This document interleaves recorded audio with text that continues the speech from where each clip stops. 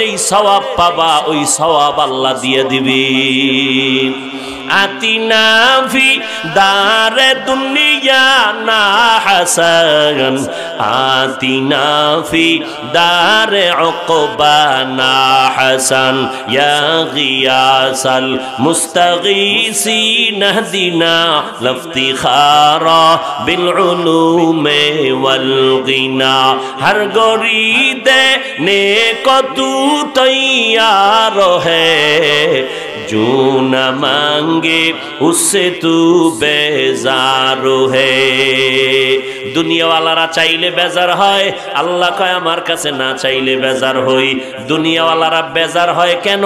কয় ও যদি সারা দুনিয়ার মালিকও হয় তারপর ওর মনটা থাকে ফকির ফকির ভাব, ওর মধ্যে লোভ সামলাইতে পারে না।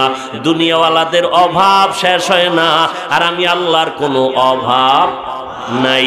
ইয়া আইয়ুহান নাস আনতুমুল ফুকারাউ ইলাল্লাহ ওয়াল্লাহু হুয়াল গানিয়্যুল হামিদ।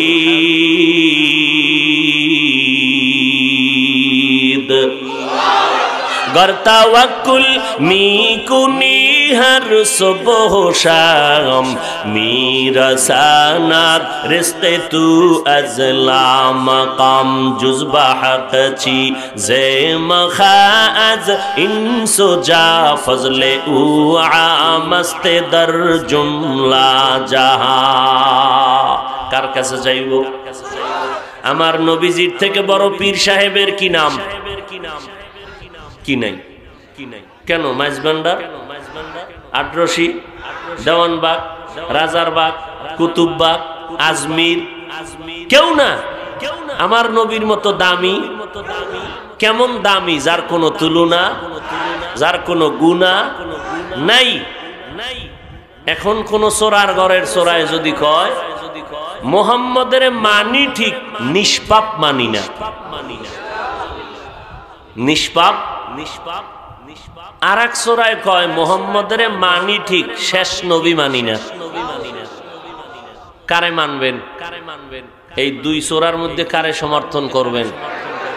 হ্যাঁ, এক ভাই বলে মুহাম্মদের মানি তবে শেষ নবী মানি না, আর এক আল্লাহর বান্দা কয় মুহাম্মদের মানি তবে নিষ্পাপ মানি না।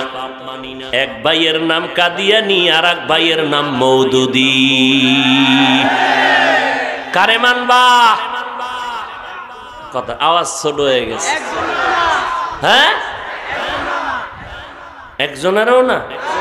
আল্লাহ কবুল করেন। আরো আস্তে করে বলেন। এই যত ফেতনা লাগায় সব মওদুদির মুরিদেরা। এই যে জুমার আগে সুন্নাত লাগে না, ওই খুঁজা টুইজা দেখো মওদুদির মুরিদ। কাজা নামাজ লাগবে না, কে কয়? মওদুদির মুরিদ। সব ফেতনার মূল। তাবলীগের বিরুদ্ধে কারা? ওই মওদুদির মুরিদ। চরমনের বিরুদ্ধে কারা? ওই মওদুদির মুরিদ। দেওবন্দি কওমি হাটাজারির বিরুদ্ধে ফেসবুক গরম করে কারা? কথা কয় না। আল্লাহ হেদায়াত দান করুন। এবার বলবেন হাফিজ ভাই বয়ানে বইছেন হিংসা কেন? বাতিলের বিরুদ্ধে, ভণ্ডদের বিরুদ্ধে কথা বলা হিংসা নয়, বরং এটা ঈমানের দাবি। আমার রাসূল বাতিলের বিরুদ্ধে বলে নাই? তাহলে বাতিলের বিরুদ্ধে কথা বলা হিংসা না ঈমান? জোরে বলো। আল্লাহ হেদায়াতের দৌলত দান করেন। আরো জোরে বলেন।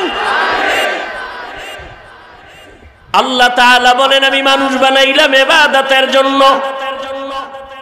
ইবাদত ঘুমানোটাও নামাজ বাদ দিয়া। চিন্তা করেন, চিন্তা করেন, চিন্তা করেন। এরে নবীর আশিক, এশার নামাজ পড়িয়া যদি ঘুমায় যাও, নবী বলেন ঘুম থেকে উঠে যদি আবার ফজরের নামাজ আদায় করে নাও, ঘুমাইয়া যেই সময়টা কাটাইলা ওই সময় নেকের পাল্লায় দেওয়া হবে। নবীর তরিকা মতে বান্দা খানা খাওয়া ইবাদত। কেমনে নবীর তরিকায় খানা খাইবা? চেয়ার টেবিলে বসে খাইবা? মদিনার নবী কোনোদিন চেয়ার টেবিলে খান নাই, নবীর তরিকা চেয়ার টেবিল ছাড়া সমতল ভূমিতে খাও। খানা খাইতে বসিয়া বান্দা দোনো হাতের কবজা পর্যন্ত ধুইবা, যেই প্লেটে ভাত নিবা ওই প্লেটে না, অন্য পাত্রের মধ্যে হাত দৌ, দোনো হাতের কবজা পর্যন্ত। ওলামায়ে কেরাম এত বছর এই বয়ান করছে, বাঙালিরা মানে না। যখন সরকার কয় মান, নাইলে পুলিশ লাগায় দিলাম, করো না। এবার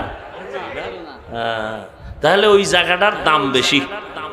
কি পুলিশের ফিডার, সরকারের অর্ডারের দাম বেশি। এই জন্য আলেমরা চিন্তা করছে না ওখানে গিয়ে কিছু অর্ডার দিতে হইব।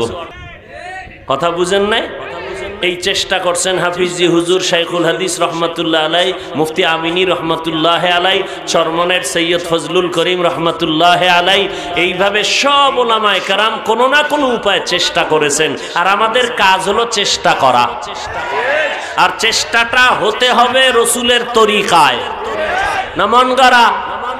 রসুলের তরিকায় চেষ্টা করার দায়িত্ব আমার। কামিয়াবি দান করবেন কে? আসসাইউ মিন্নি ওয়াল ইতমামু মিনাল্লাহ। আমার কাজ হলো চেষ্টা করা, পূরণ করে দিবেন আমার আল্লাহ। ইউসুফ নবীরে জুলাইখা দরজায় আটকাইয়া দিছে, তালা লাগাই দিছে। জুলাইখা ডাক দিয়ে কয়, ইউসুফ মনের আশাটা পূরণ করে দাও। ইউসুফ নবী বিপাকে পড়ে গেলেন। ইন্নান নাফসা লাআম্মারাতুম বিসসু ইল্লা মা রাহিমা রব্বি ইন্না রব্বি গফুরুর রহিম। আল্লাহ গো, তুমি আমাকে হেফাজতের দরজা খুলে দাও। ইউসুফ নবী চিন্তা করলেন, জুলাইখা তুমি আমাকে কখনোই পারবা না, এটা অসম্ভব। জুলাইখা কয়, সম্ভাবনার সব দরজায় তালা লাগাইছি।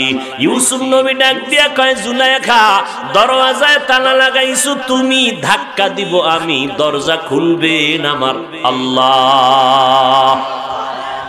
তাহলে দরজায় ধাক্কা দেওয়া লাগবে না? ধাক্কা দেওয়া আমার কাজ, দরজা খোলার দায়িত্ব কার? এরে নবীর উম্মতের দল, ইবাদতের নিয়তে বান্দা খানা খাও, দোনো হাতের কবজা পর্যন্ত ভালো করে ধুইয়া নাও।